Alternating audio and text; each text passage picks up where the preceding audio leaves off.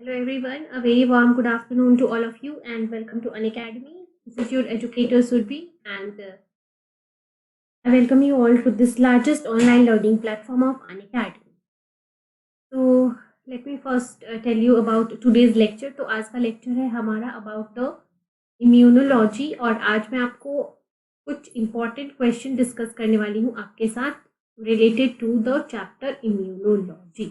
ठीक है, तो कुछ इंपॉर्टेंट क्वेश्चंस हम आज डिस्कस करेंगे, बाकी जो बचे हुए क्वेश्चंस हैं वो अगले सेशंस में हम डिस्कस करेंगे। तो स्टार्ट करने से पहले let's have a discussion, let's have a look on the Unacademy platform, Unacademy system. So ये प्लेटफॉर्म आपको प्रोवाइड कराता है डेली लाइव क्लासेस और ये लाइव क्लासेस जो होती है वो सबके लिए फ्री होती हैं, सबके लिए अवेलेबल होती हैं। अगर आप सब्सक्रिप्शन लेते हो तो आप अपने एजुकेटर्स के साथ इन लाइव क्लासेस में डायरेक्टली इंटरैक्शंस कर सकते हो, 1-to-1 इंटरैक्शन कर सकते हो, अपने डिस्कशंस कर सकते हो, डाउट्स पूछ सकते हो, पोल्स में पार्टिसिपेट कर सकते हो। इसके अलावा आपको यहाँ पे लाइव टेस्ट सीरीज और क्विज अटेंड करने का मौका मिलेगा टाइम टू टाइम। और ये जो क्विजेज होते हैं, टेस्ट सीरीज होते हैं, उनसे आपका परफॉर्मेंस क्या होगा और ज़्यादा इवैल्यूएट होता है। जितना ज़्यादा आप परफॉर्मेंस अपना एनालाइज करोगे उतना ज़्यादा उसको अच्छे से इन्हांस कर पाओगे।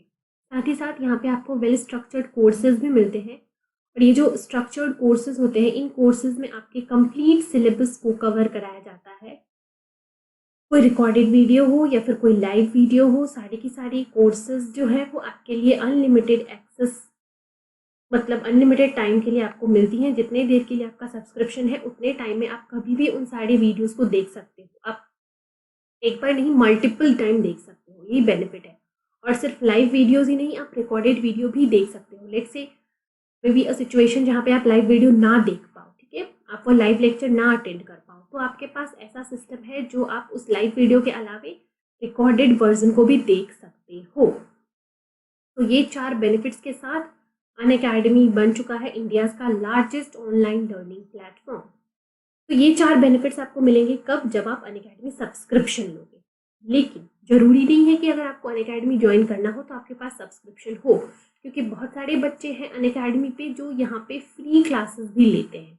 और ये जो फ्री क्लासेस होती है यहाँ पे आपके कंप्लीट कोर्स को तो कवर नहीं कराया जाता है, लेकिन important topics, question practice sessions, revision session, ये सारी चीज़ें जो होती हैं वो इन स्पेशल क्लास के प्लेटफॉर्म्स पे होती हैं, जहाँ से बहुत आपको हेल्प मिलेगा अपनी प्रिपरेशन में, अपनी स्ट्रैटेजीज के डेवलपमेंट में। तो ये जो फ्री क्लासेस होती हैं वो होती हैं स्पेशल क्लासेस, और मेरी स्पेशल क्लासेस भी आप अटेंड कर सकते हो बच्चों। अनअकैडमी के प्लेटफॉर्म पे मेरी प्रोफाइल आपको वहाँ मिल जाएगी CSIR UGC नेट की कैटेगरी में। आप मेरा नाम सर्च करना सुरभि कुमारी, और मेरा नाम सर्च करने के बाद आप मेरी प्रोफाइल के अंदर जाके मेरे बहुत सारे फ्री लेक्चर्स अटेंड कर सकते हो। मैंने मोर देन 50+ लेक्चर्स वहाँ पे लिए हैं, जिनके सारे रिकॉर्डेड वर्जन्स अभी भी अवेलेबल है। आप जाकर देखो, वो आपके लिए बहुत बेनिफिशियल होंगे। अभी जो आपका लास्ट टाइम है, एग्जामिनेशन आपका आने वाला है, तो उस पॉइंट ऑफ टाइम के लिए मैंने बहुत सारे PYQs कराए हैं, इंपॉर्टेंट टॉपिक्स कराए हैं, तो वो आपके लिए बहुत बेनिफिशियल होगा। तो I should recommend you to go and watch that videos. तो उसके लिए सिंपली आपको क्या करना है, बस आपको अनअकैडमी लर्निंग ऐप डाउनलोड करनी है। ऐप डाउनलोड करके आप अपना अकाउंट क्रिएट कर लो, लॉगिन कर लो वहाँ पे, और लॉगिन करने के बाद अपना गोल सेलेक्ट करना। तो जैसे कि आपका गोल क्या है, CSIR UGC नेट, तो उस गोल को सिलेक्ट करने के बाद आपको बहुत सारे free lectures, special classes plus courses और टेस्ट सीरीज के ऑप्शंस मिलेंगे। तो आपको कहाँ जाना है? अगर आपको मेरी स्पेशल क्लासेस करनी है तो आपको स्पेशल क्लासेस में जाना है, वहाँ जाके आपको मेरा नाम सर्च करना है, और मेरा नाम सर्च करने के बाद आपको मेरे वीडियोस वहाँ पे मिल जाएंगे। सारे के सारे लाइव वीडियोस अगर मैं कुछ ले रही होंगी तो वो भी आप देख सकते हो, अगर रिकॉर्डेड अवेलेबल है तो वो भी आप देख सकते हो। तो ये सारे बेनिफिट्स के साथ हमारा अनअकैडमी जो प्लेटफॉर्म है वो स्पेशल क्लासेस प्रोवाइड कराता है। लेकिन अगर किसी बच्चे को कंप्लीट सिलेबस पढ़ना है, किसी बच्चे को पूरी की पूरी प्रिपरेशन हमारे साथ करनी है, तो उसके लिए भी हमारे पास क्या है? उसके लिए हमारे पास है CSIR UGC नेट का सब्सक्रिप्शन। और सब्सक्रिप्शन लेने के लिए आपको क्या करना है? कुछ नहीं करना है, बस आपको अनअकैडमी के डिफरेंट प्लान्स देखने हैं, और जो प्लान आपके लिए सुटेबल है, जितने टाइम बाद आपका एग्जाम हो, वो प्लान आपको परचेज कर लेना है। तो अगर आप एग्जाम देने वाले हो 6 मंथ्स बाद, तो आप 6 मंथ्स का प्लान परचेज कर लो। अगर आप एग्जाम देने वाले हो 12 मंथ्स बाद, तो आप 12 मंथ्स का प्लान परचेज कर लो। So depending upon the examination timing you are planning to give the exam, आप उसके अकॉर्डिंग वो प्लान परचेस कर सकते हो. So let's say you are going for a 12 month subscription, तो ये सब्सक्रिप्शन आपको 10,000 अप्रॉक्सीमेटली अमाउंट में पड़ेगा और इस अमाउंट में आपको 10% ऑफ जो मिल रहा है उसके लिए आपको मेरा रेफरल कोड यूज करना होगा, दैट इज Surbhi01. और ये रेफरल कोड यूज करके आप 10% डिस्काउंट ले सकते हो जब भी आप अनअकैडमी को सब्सक्राइब करोगे तब. ठीक है बच्चा लोग, तो हम अब अपना क्वेश्चन प्रैक्टिस सेशन स्टार्ट करते हैं. 10 to 15 क्वेश्चंस हैं आज के सेशन में हमारे और ये रहा हमारा पहला सवाल.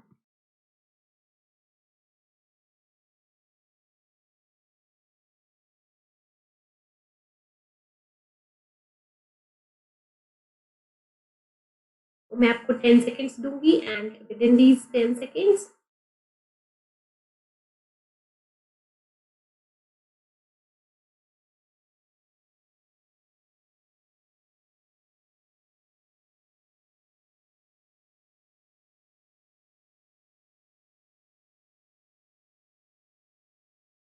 तो देखते हैं क्वेश्चन क्या बोल रहा है. आप सबने आंसर लिख लिया इसका. चलिए तो देखते हैं कि क्वेश्चन क्या बोल रहा है. सो when the phenotype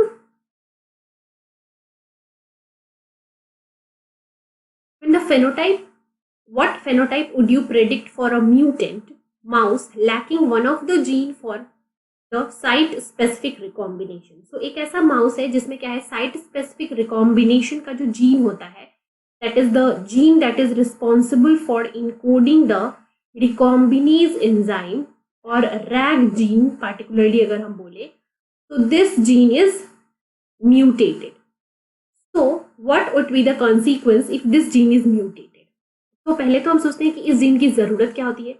तो बेसिकली हमने ये पढ़ा है कि जो रिकॉम्बिनेजेस होते हैं, जो रैग जीन्स होते हैं, these genes are responsible for rearrangement of T cell receptors and B cell receptors. जो टी सेल रिसेप्टर्स में जो अल्फा बीटा चेंज हो जाते हैं, जो बी सेल रिसेप्टर के IgM अल्फा बीटा सारे चेंज हो जाते हैं, उन सारे चेंज के रीअरेंजमेंट के लिए क्या रिस्पॉन्सिबल होता है, उसके लिए रिस्पॉन्सिबल होता है recombinase enzyme. So if there is a mutation in this enzyme or the gene encoding for this enzyme, then what will happen? Then the organism will be immunodeficient. Why? Because rearrangement of TCR and BCR नहीं हो पा रहा है. For that reason there will be no T cell और B cell maturation. T cell और B cell बनेंगे जरूर, लेकिन वो फुल्ली मैच्योर नहीं हो पाएंगे, उनके रिसेप्टर पूरी तरीके से बन नहीं पाएंगे because there is no recombination process is going on. तो these organism will become immunodeficient. ठीक है, वो ऑर्गेनिज्म क्या हो जाएंगे, वो हो जाएंगे इम्यूनोडिफिशिएंट. क्लियर? ओके, चलो अगला सवाल देखते हैं. सब लोग अगला क्वेश्चन करेंगे, फिर मैं आपको 20 सेकेंड के बाद मैं आपको आंसर बताऊंगी.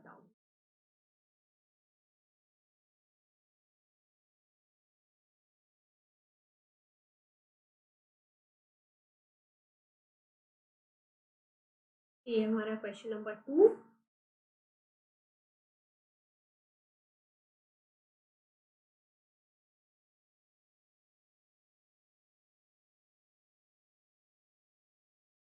तो इस क्वेश्चन नंबर 2 को देखते हैं क्या है.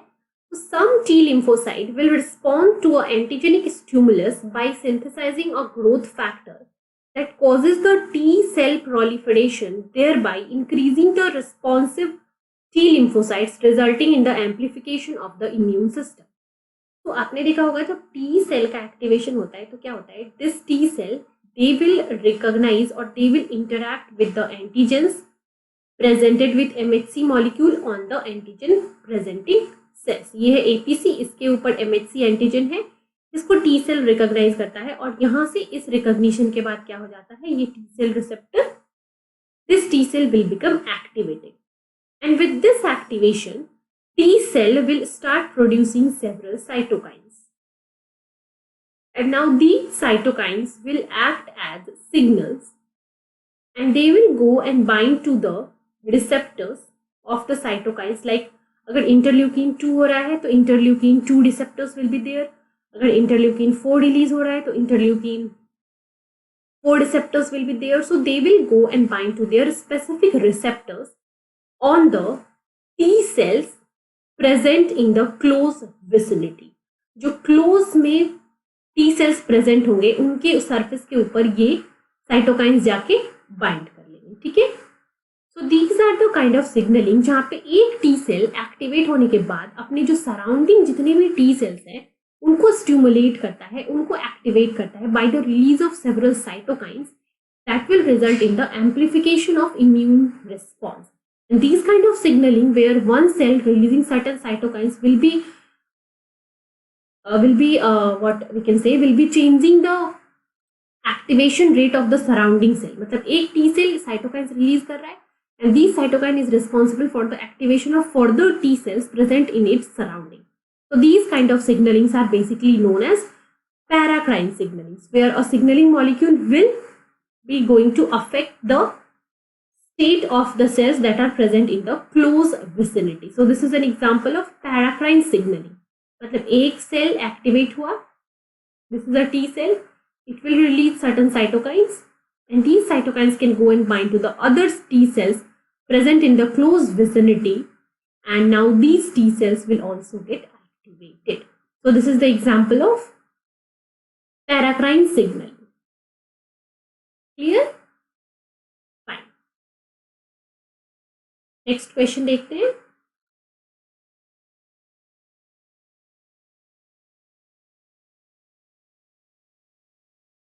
ये हमारा क्वेश्चन नंबर 3।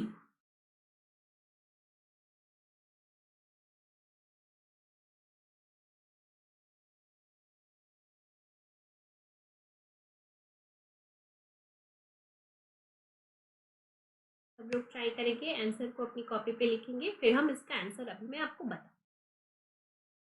चलिए, फिर क्वेश्चन क्या बोल रहा है, immediate hypersensitivity reactions are associated with, so they are basically associated with IgE antibody, and the immediate hypersensitivity reactions are mostly regulated by the mast cells. And upon, okay, so what happens, see, whenever any allergen will enter into the body, तो वो allergen जाके क्या करेगा, वो allergen जाएगा और this allergen will be taken up by the antigen presenting cells, and antigen presenting cells will process these antigens and they will present them on the surface along with the MHC molecule. ठीक है, तो here is MHC, here is the allergen antigen. Now T cell receptors will recognize these antigen presenting cells presenting the MHC antigen complexes, and from here T cell will get activated. यहाँ से हो गया T cell activation. This is the TH cells, T helper cells. Now these T helper cells will help in the activation of B cells. ठीक है, so this is a B cell activation that is dependent on the T cell. So this is a T cell dependent B cell development, and here now B cell will get activated. So B cell development can be T cell dependent or it can be T cell independent. So we are talking about the activation of B cell that is dependent on the T cell, and via these activation these B cells will now differentiate into the plasma cells and into the memory B cells. ठीक है, and these plasma cells are responsible for the production of antibodies. So they will produce antibodies IgE in response to any kind of allergen. Now what happened? Now these IgE antibody with their Fc region, so you know that antibody के पास क्या होता है, जो structures होती है इनकी, so if this is the structure, so this is the region that is Fc part, and this Fc part has their receptors present on the surface of the mast cell. ठीक है, तो देखो अभी यहाँ तक हमने देखा कि एंटीबॉडीज बने प्लाज्मा सेल से. Next what is going to happen, so these antibodies released from the plasma cells, now with their Fc region they will go and bind to the surface of the mast cell. These are the mast cell, ठीक है, and these are the Fc receptor. ठीक है, these are the receptors for the constant region of the antibodies. So IgE antibodies will go and bind to specific Fc receptors on the mast cell surfaces. तो यहाँ पे बहुत सारे IgE molecule आके bind कर जाएंगे. तो दिस इज द केस जब आपको एलर्जन का एक्सपोजर हुआ फर्स्ट टाइम में और इम्यून सिस्टम उसको रिकॉग्नाइज करके अपने आप को एक्टिवेट कर लेगा. नाउ अज्यूम अ सिचुएशन जहां पे सेकेंड टाइम एक्सपोजर हुआ वही सेम एलर्जन का. इस पॉइंट ऑफ टाइम पे क्या होगा, this allergen will directly go and bind to the IgE antibody because IgE antibodies बने ही है उसी एलर्जन के लिए. तो अगर वो एलर्जन डायरेक्ट अभी एंटीबॉडी से बाइंड कर पाएगा बिकॉज एंटीबॉडी के पास जो स्पेसिफिक एपिटॉप्स होंगे वो एपिटॉप्स डायरेक्टली इस एलर्जन के पैराटॉप को रिकॉग्नाइज कर देंगे. So antibodies and their epitopes will directly recognise the allergen that is being exposed for the second time. तो इस जो IgE एंटीबॉडीज प्रेजेंट है on the surface of the mast cell, with these IgE antibodies the allergen will come and associate. Allergen molecules यहाँ पे आके bind करेंगे, यहाँ पे आके allergen bind करेगा.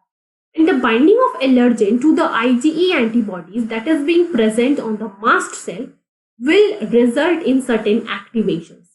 जब भी क्या होगा, allergen आके IgE antibody से bind करेगा तो mast cell will get activated and it will result into the cross linking. So एक यहाँ पे let's say ये एक रिसेप्टर है, ये दूसरा रिसेप्टर है, ये तीसरा रिसेप्टर है.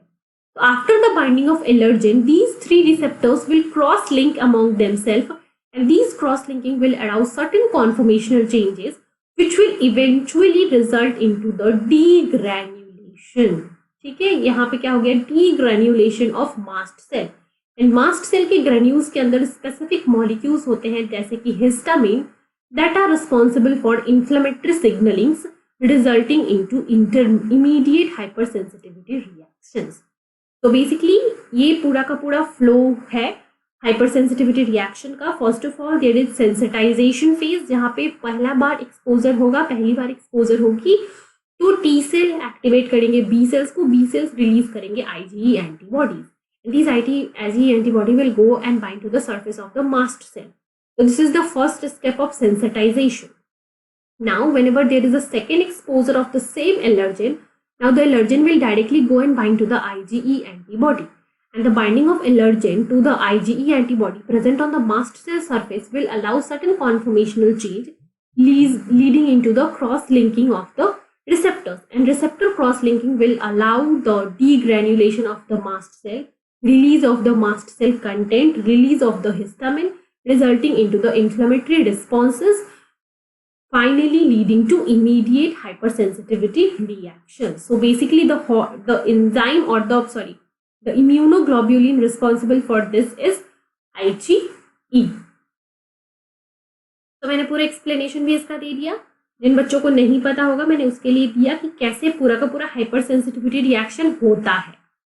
ठीक है, तो इसका आंसर क्या है, इसका आंसर है E, IgE antibody, that is answer B. तो आई होप अभी सबको क्लियर होगा. नेक्स्ट क्वेश्चन देखते हैं.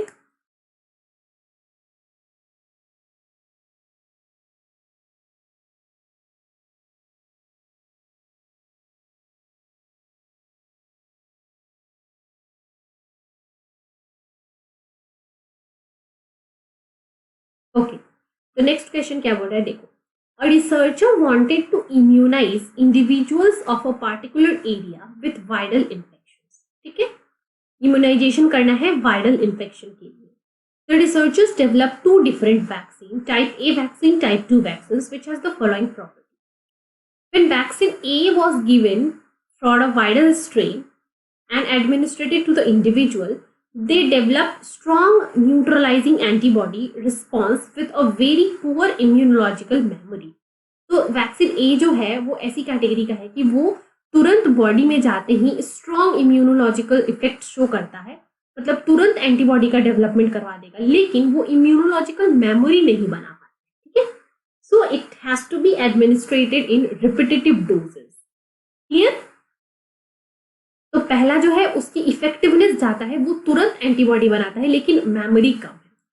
The next is when vaccine type B is given, then in this situation they will fail to develop the antibody at the time of infection. मतलब immediate at the time of infection वो type 2 antibodies जो है वो vaccine जो है वो antibody generate नहीं कर रहा है, but they are providing strong immunological memory.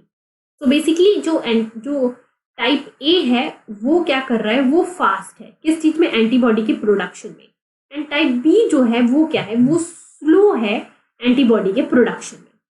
So this is the conclusion which we are getting from these two observations that is mentioned here. Now the question is, if two viral strains V1 incubation time 2 days and V2 incubation time 15 days, अगर दो virus है, एक का incubation time 2 दिन है, मतलब 2 दिन बाद वो डिजीज कॉज कर देगा, और दूसरे का इन्फेक्शन 15 डेज है, मतलब 15 डेज बाद वो इन्फेक्शन कॉज करेगा. So which of the following vaccine combination you would use that provide maximum immunisation. Okay, तो सोचो एक सिचुएशन ऐसा है जहां पे वायरल जा रहा है और 2 दिन बाद में ही डिजीज कॉज करते रहे. तो इस सिचुएशन में आपको ऐसा एंटीबॉडी चाहिए जो जल्दी से एंटीबॉडीज प्रोड्यूस कर दे विद इन 2 डेज, ताकि इन्फेक्शन हो ना उससे पहले ही वो वायरल क्या हो, एलिमिनेट हो जाए. So for these kind of strain that has a very small incubation period, we have to use a vaccine that is very much fast in their action.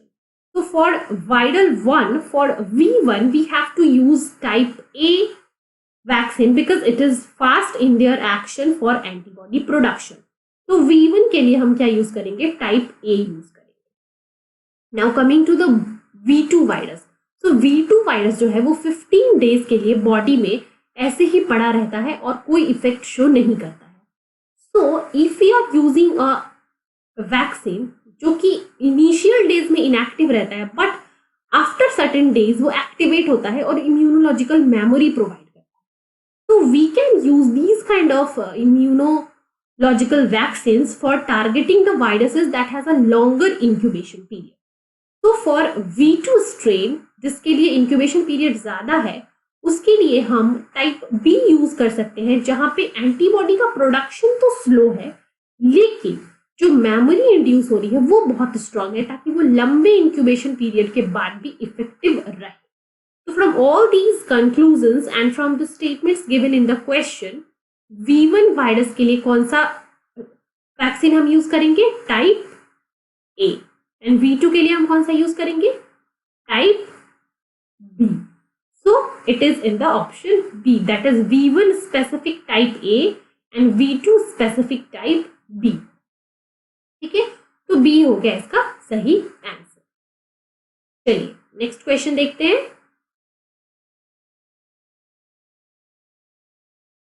Next question क्या बोल रहा है, in order to precipitate a particular protein by its specific antiserum, it was found that the protein formed cross-linked lattice with a specific polyclonal antiserum. ठीक है, मतलब यहाँ पे क्या बोल रहा है कि अगर एक प्रोटीन है और उस प्रोटीन को हम एंटी सेरम में उसको प्रेसिपिटेट करना चाहते हैं, तो प्रोटीन जो है वो क्रॉस लिंकिंग फॉर्म कर रहा है जब हम पॉलीक्लोनल एंटीबॉडी यूज कर रहे हैं. तो जब पॉलीक्लोनल एंटीबॉडी यूज कर रहे हैं तो क्रॉस लिंकिंग जो है वो हो रही है, but they fail to precipitate with specific monoclonal antiserum. But जब मोनोक्लोनल एंटीबॉडी डाल रहे हैं तो क्रॉस लिंकिंग नहीं हो रही है.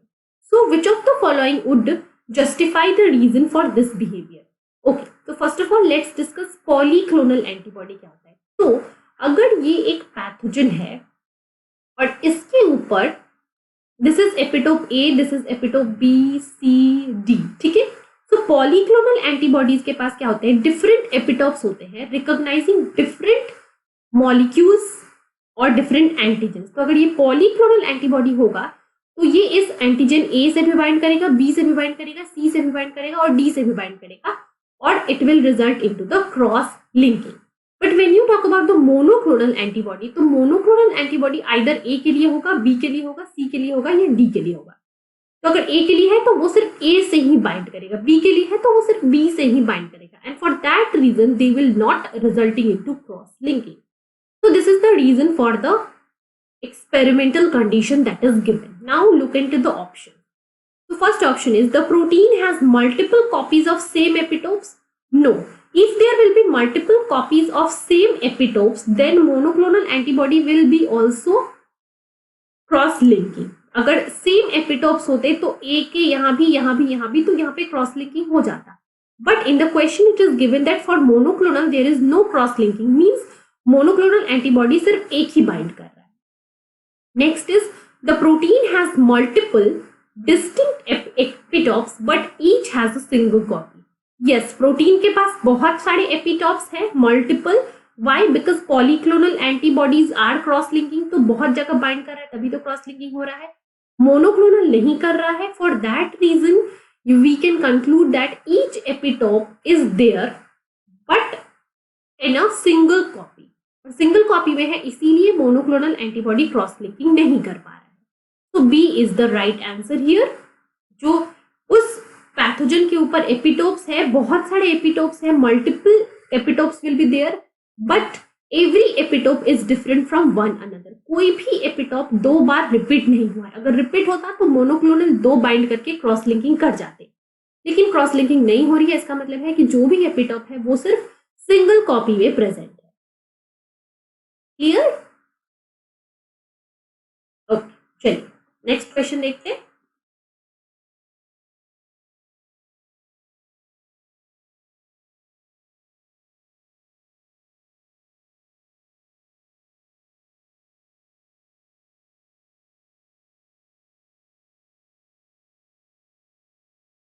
Question number 6 this is.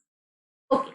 So a pathogen like mycobacterium which colonizes inside the cell. So mycobacterium क्या है? सबसे पहले पॉइंट यहाँ पे है कि ये क्या है? ये एक intracellular pathogen which colonizes inside a cell of the host is most likely to be least affected by which of the following immune system. तो अगर कोई इंट्रासेलुलर पैथोजन है तो क्या होगा? वो सबसे पहले सेल को इन्फेक्ट करेगा. और अगर हमको माइकोबैक्टीरियम के बारे में अगर पता होगा आपको, तो माइक्रोबैक्टीरियम क्या करता है? डायरेक्ट एंटर कर जाता है इनटू द मैक्रोफाजेस. ठीक है, वो किसी भी मॉलिक्यूल के रिसेप्टर से रिकॉग्निशन नहीं होता है उसका, वो डायरेक्ट मैक्रोफेजेस के अंदर एंटर कर जाता है. सो this is the intracellular pathogen. और वहां पे अगर इम्यून सिस्टम एक्टिव है तो माइकोबैक्टीरियम का phagocytosis हो जाता है within the macrophages, and after phagocytosis they will be represented on the surface with MHC molecule for the activation of T cells. So जितने भी intracellular pathogens होते हैं after phagocytosis they will be activating the T cells, or T cells, or we can say that cell mediated immunity, or we can say that they will be responsible for the release of cytokines. But intracellular pathogens will not be responsible for the activation of humoral immune responses where there is antibodies formation, where there is B cell activation. तो जहां पे भी intracellular pathogen होगा वहां पे B cell का activation नहीं होगा, एंटीबॉडीज का प्रोडक्शन नहीं होगा. तो ह्यूमोरल इम्यूनिटी वहां पे कोई भी काम नहीं करेगी. For intracellular pathogen cell mediated immunity via T cell will be there. So this question is clear to everyone. Because it is an intracellular pathogen, it is not activating the B cell or humoral immune responses. चलिए next question देखते हैं.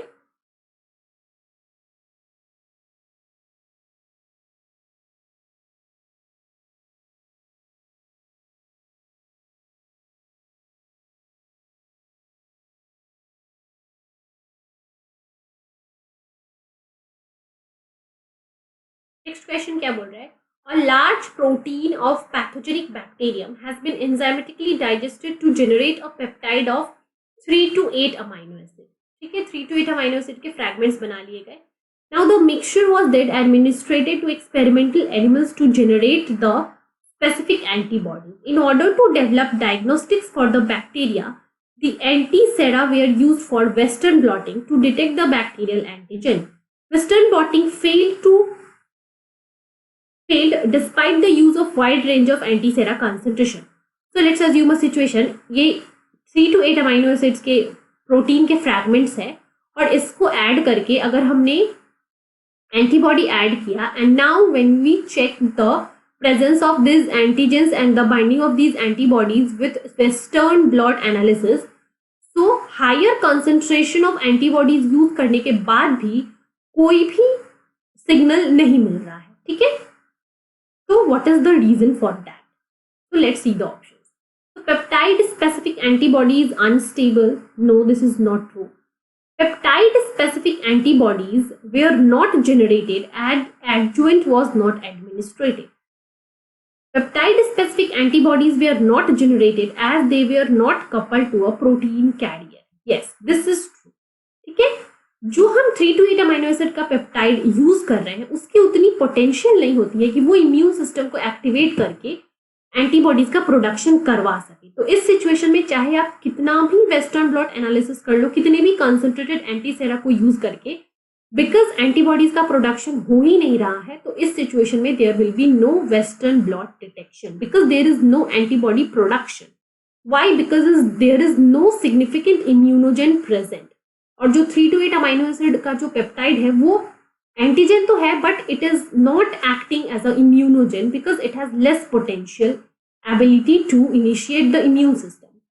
तो अगर आप इस antigenic fragment को किसी protein carrier molecule से क्या कर दोगे, टैग कर दोगे या फ्यूज कर दोगे, now these structures will become adjuvant. ठीक है, इनको हम बोलते हैं adjuvant and they has the potential to activate the immune system. So in this case, because no antibody is being generated, and why no antibody is generated? Because the antigens of 3 to 8 amino acids, they are not coupled to a specific protein carrier. और अगर उनको protein career के साथ fuse नहीं करेंगे तो उनकी immunogenic property जो है वो अभी भी लो है, इसलिए वो वेस्टर्न ब्लॉट एनालिसिस का कोई सिग्नल नहीं देंगे। So here your answer would be option C. Is it clear to everybody? Okay, fine. Next question. This is an easy question.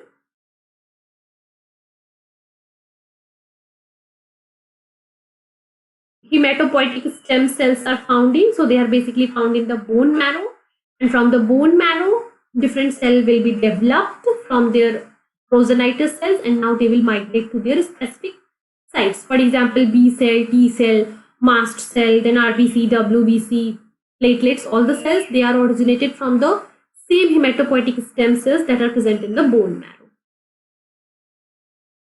Okay, चलिए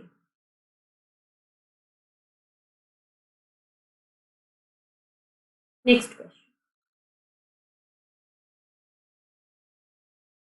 So if a mouse is repeatedly immunized with a complex protein such as bovine serum albumin, ठीक है, एक mouse है जिसको हम बार बार immunise कर रहे हैं, किससे?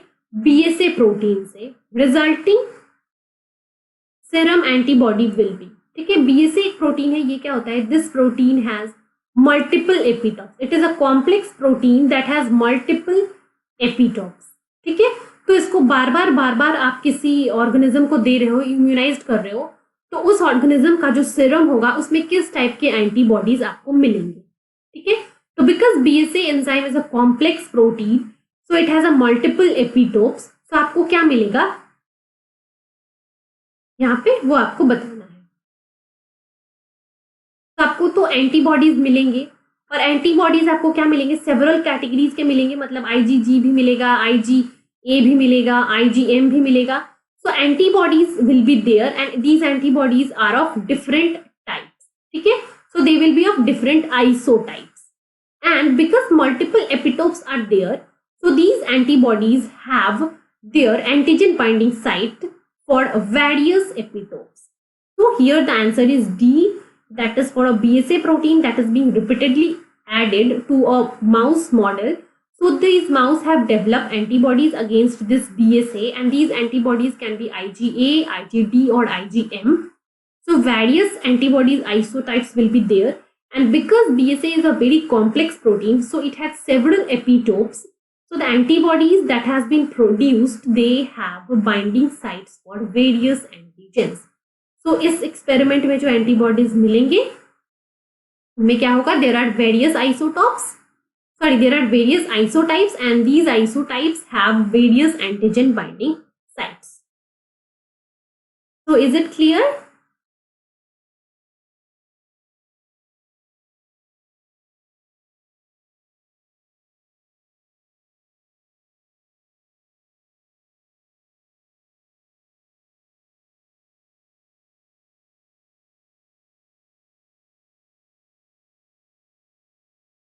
Next question.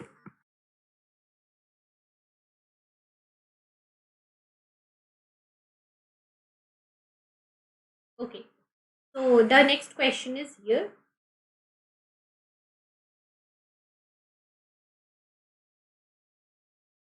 ये क्वेश्चन क्या बोल रहा है देखो. So this question is saying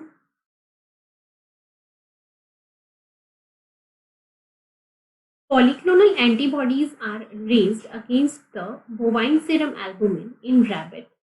Subsequently, IgG in the antiserum is purified and digested with either pepsine or papain. Out of which of the following possibilities, which one is correct? So let us first see the digestion pattern of these two enzymes. So if it is an antibody, so the enzyme pepsine, one enzyme has a tendency to cleave at the hinge region. So one will cleave at this side and the another enzyme has a tendency to cleave below the hinge region. तो in both the enzymes, दोनों ही enzymes जो cut करेंगे तो उनका जो FAB fragment होता है that is the fragment that is responsible for binding with the antigen. FAB fragments in both the enzyme digestion processes, FAB fragment will remain intact. और जब तक एफएबी फ्रैगमेंट इंटैक्ट है तब तक एंटीजन की binding होगी. आपको यहाँ पे बताना है कि जब आपने डाइजेस्ट कर दिया तो आपको जो एंटीबॉडी मिल रही है तो उस एंटीजन की और एंटीबॉडी की सिचुएशन क्या है.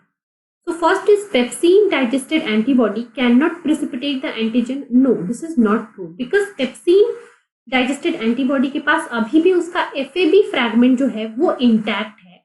और जब तक एफएबी फ्रैगमेंट इंटैक्ट रहेगा तब तक आपकी जो प्रोसेस है of the cross linking and the binding of the antigen and the precipitation will happen, of course.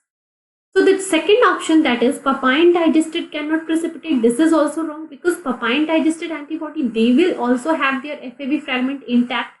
Difference in दोनों में बस यही होता है कि एक हिंज रीजन के पास क्लीव करता है, एक हिंज रीजन से बिलो क्लीव करता है. ठीक, FAB फ्रैगमेंट रहेगा papain digested एंटीबॉडीज में भी और पेप्सिन डाइजेस्टेड एंटीबॉडीज में भी. So they will also result into the precipitation. So this is also wrong. Next is pepsine digested antibody will produce two FAB molecules. Yes, this is true. जब आप pepsin से इसको यहाँ से digest कर दोगे तो what will happen? ये वाला फ्रैगमेंट और ये वाला फ्रैगमेंट दोनों अलग अलग हो जाएंगे and now you will get two FAB fragments. ठीक है. So ऑप्शन C जो बोल रहा है आपका that is अगर ये एक एंटीबॉडी है और यहाँ पे डाइजेशन हो गया तो you will get two molecules of FAB fragment recognising the antigens and forming the precipitations. So option 3 here is right. Pepsin digestion के बाद आपको दो FAB मॉलिक्यूल्स मिलेंगे जो कि अभी भी एंटीजन से बाइंड करके प्रेसिपिटेशन करवा सकते हैं. Pepsin digested antibodies will lose all the interchain disulphide bonds. No, the bisulfide bonds that are present here will be still there. So D is also wrong. So the only correct option here is option 3, that is pepsin digestion के बाद आपको जो दो FAB के fragments मिलेंगे और दोनों में ही अभी भी एबिलिटी है to bind to the antigens and to precipitate the antigenic molecule. So here the only right option is option C. Clear? Okay, चलिए नेक्स्ट क्वेश्चन पे चलते हैं.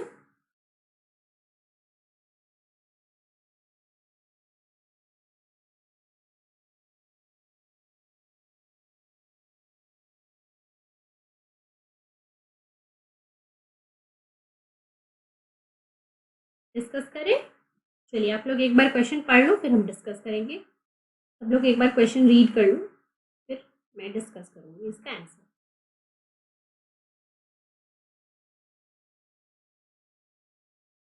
ओके, तो देखो क्वेश्चन क्या बोल रहे हैं. Which of the following is not related to. आपको यहाँ पे क्या चूज करना है. सबसे पहले तो ध्यान रखो कि यहाँ पे नॉट दे रखा है तो आप करेक्ट ऑप्शन तो बिल्कुल चूज ना कर देना. You have to choose which of the following is not correct with related to the immediate hypersensitivity reaction. जो हमने अभी देखा था ना, immediate hypersensitivity reaction कैसे होता है. एलर्जन आता है, टी सेल को एक्टिवेट करता है, टी सेल बी सेल को करता है, बी सेल एंटीबॉडी बनाता है, एंटीबॉडी मास्ट सेल पे बाइंड करता है और बाइंड करने के बाद जब फिर से वो एलर्जन आएगा तो मास्ट सेल का डीग्रेनुलेशन होता है. तो फर्स्ट क्या बोल रहे हैं step, Mast cell degranulation result in the histamine allergic reactions. Yes, this is true. Next is reagenic antibodies trigger the allergic reaction. This is also true. Reagenic antibodies means IgE antibody will trigger these kind of reactions. ये भी सही है. Next is granulomatous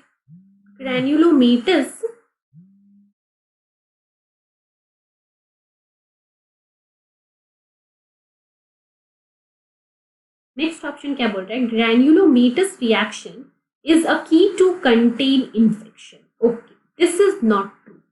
why? Because जो granulomas develop होते हैं और ग्रैन्युलोमास develop होके जो ग्रैन्युलोमेटस रिएक्शंस होते हैं, ग्रैन्यूल्स के रिलीज होने से, जो हिस्टामिन के रिलीज होने से जो रिएक्शंस होते हैं, they are the key to contain the infection. No, they are the events that is being required to eliminate the infection. तो यहाँ पे बोल रहा है कंटेन द इन्फेक्शन. अगर ग्रैन्युलोमेटस रिएक्शंस हो रहे हैं, ग्रैन्यूल्स रिलीज हो रहे हैं, ग्रैन्यूल्स के पार्टिकल्स रिलीज हो रहे हैं, तो वो क्यों हो रहे हैं? To eliminate the infection. But यहाँ पे क्या बोल रहा है? In order to contain the infection. So that's why option C is not related to the hypersensitivity reaction. Next is anaphylactic reactions is triggered by IgE. Yes, this is true. Anaphylactic reactions, inflammations, these are the hypersensitivity effect जो कि primarily IgE antibody से triggered होता है. तो basically ये question जो बोल रहा है not related, option A, B और डी जो है वो बिल्कुल रिलेटेड है हाइपरसेंसिटिविटी रिएक्शन से, except for option C. Why? Because this option says that these kind of reactions are there to contain the infection. But why it is incorrect? क्योंकि यहाँ पे contain नहीं होगा, यहाँ पे होगा to eliminate the infection. ठीक है, तो इसलिए ये C ऑप्शन जो है वो है हमारा यहाँ पे गलत. नेक्स्ट क्वेश्चन देखते हैं.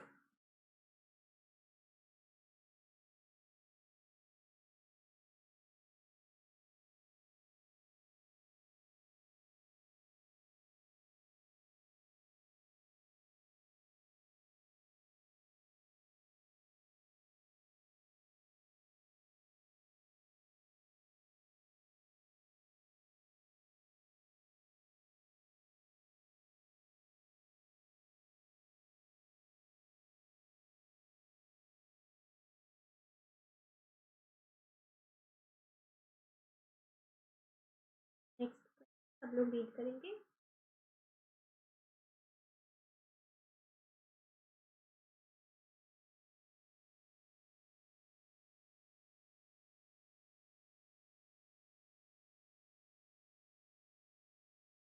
देखते हैं क्वेश्चन क्या बोल रहे हैं. So, detectable serum antibody against a T-independent pathogen is a good indication that. तो अगर कोई सिस्टम है जहाँ पे एंटीबॉडी मिल रही है और वो एंटीबॉडी कैसी है, that antibody is T independent, मतलब उस एंटीबॉडी के डेवलपमेंट में थाइमस का कोई रोल नहीं है, टी सेल का कोई रोल नहीं है. तो यहाँ पे जो एंटीबॉडी प्रोड्यूस कर रहा है B cell, plasma cells, these plasma cells are activated by a mechanism that is T independent. So basically it is saying that there is a serum antibody presence and these serum antibodies are present against a T independent pathogen. Means जो pathogen है वो pathogen जो है वो T cell उसको recognize नहीं कर पा रहे. So this pathogen is a T independent. तो जो टी डिपेंडेंट पाथवे है वो क्या हो गया? टी सेल का जो सेल मेडिएटेड इम्यूनिटी है वो पूरी तरह से एब्सेंट है because this pathogen is T independent. But serum antibody is there in the system, serum antibody is detected. तो अगर सीरम एंटीबॉडी है इसका मतलब बी सेल जो है वो क्या है? वो फंक्शनल है. So this indicates that a functional B cell system is there in this particular organism, in this particular immunity. B option बोल रहा है that T cell will be there. No, T cell will be not there because ये pathogen क्या है? T cell independent है. तो T cell होगा नहीं होगा, वो फंक्शनल नहीं हो पाएगा in this pathogen case because वो पैथोजन उनको ट्रिगर ही नहीं कर पाएगा. तो for this reason T cell will remain non-functional, and if serum antibody is there, that means B cell is functional. So a functional B cell system exists in this particular pathogenic infection. So is it clear? This question is clear. अगर कोई T independent pathogen है तो वो T cell को कभी भी activate नहीं करेगा। तो टी सेल मीडिएटेड इम्यूनिटी जो है वो तो उस सिस्टम में एब्सेंट हो जाएगी। और अगर यहाँ पे लिख रखा है क्वेश्चन में कि डिटेक्टेबल एंटीबॉडी है, और एंटीबॉडी है इसका मतलब क्या है कि बी सेल जो है वो फंक्शन कर रहे हैं, तभी तो आपके एंटीबॉडीज बन रहे हैं।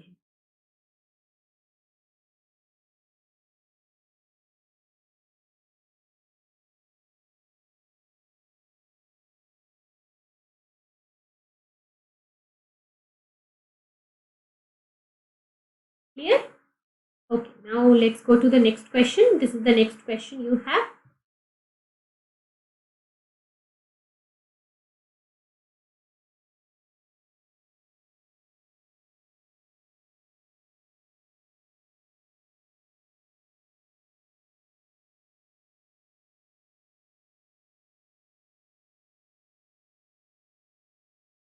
For this question, read the question, फिर मैं explain करूँगी.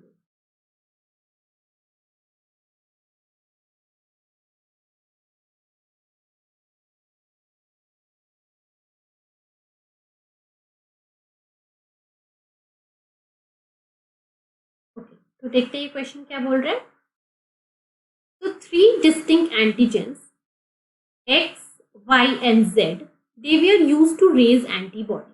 ठीक है, यहाँ पे 3 डिफरेंट एंटीजेंस को यूज किया जा रहा है, antigen X, antigen Y and antigen Z.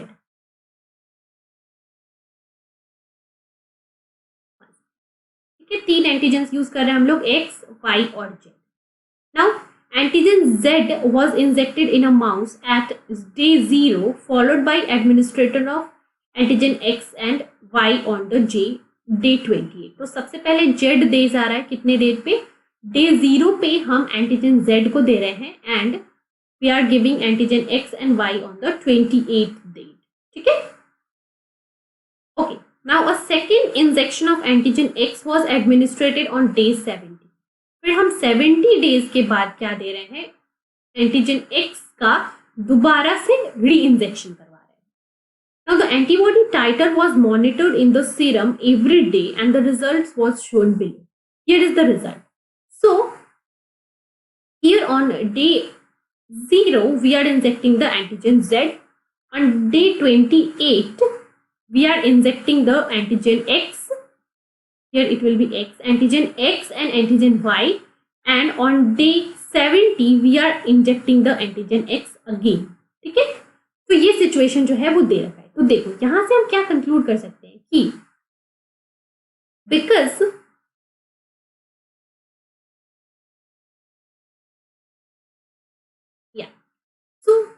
Z antigen हम 0 डे पे दे रहे हैं, तो उसके अप्रोक्सीमेटली 8 to 10 डेज बाद जो होगा उसका most amount of antibody secrete होगा. So this particular peak is corresponding to the IG antibody specific for Z antigen. This particular peak, ठीक है, that is highest on the 14th days. Okay, so first option यहाँ पे आपको incorrect choose करना है. देखो तो फर्स्ट क्या बोल रहा है, Z specific IgG will be high on day 14. This is true because 14th day पे जो है वो आपके जो Z स्पेसिफिक एंटीजेंस है वो हाईएस्ट होंगे. क्यों होंगे हाईएस्ट, बिकॉज आप 0 डे पे उनका एडमिनिस्ट्रेशन करवा रहे हो और यहाँ तक आते आते उनका लेवल 14 डेज पे हाईएस्ट होगा. So this is true. Now come to the next, that is X specific antibody titre will be highest on the 84 days. ठीक है, अब आप क्या कर रहे हो, आप जब 70 डेज के बाद दोबारा से एंटीजन X को एडमिनिस्ट्रेट कर रहे हो तो फिर से एंटीजन X का आपको सर्ज मिलेगा. और ये जो पीक आपको दिख रही है वो किसके लिए होगी, IgG antibody against the antigen X. ठीक है, तो 84 डेज पे जो आपको पीक मिलेगा ये किसके लिए होगा, IgG फॉर एंटीजन X. तो B option is also true. Next option is X specific IgG will be high on day 42.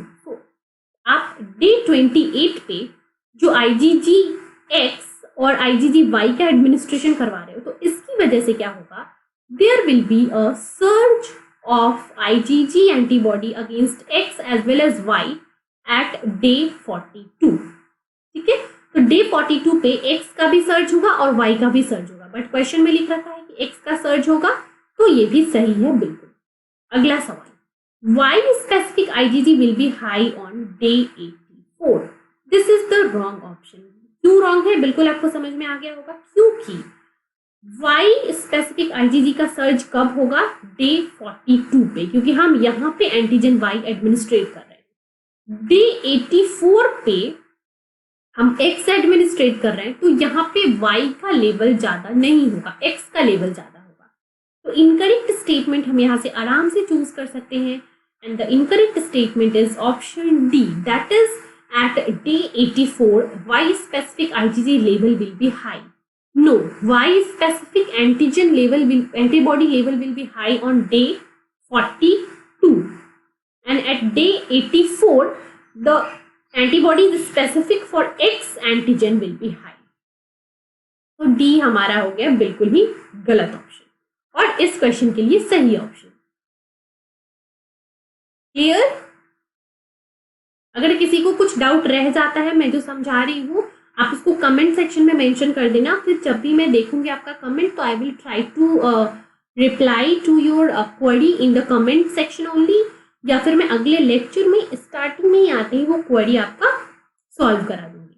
तो आप जो भी आपको डाउट आ रहा है ना कमेंट सेक्शन में लिख जरूर देना, ठीक है, उसको छोड़ मत देना। चलिए ये रहा लास्ट सवाल हमारा आज का। लास्ट सवाल सब लोग करेंगे।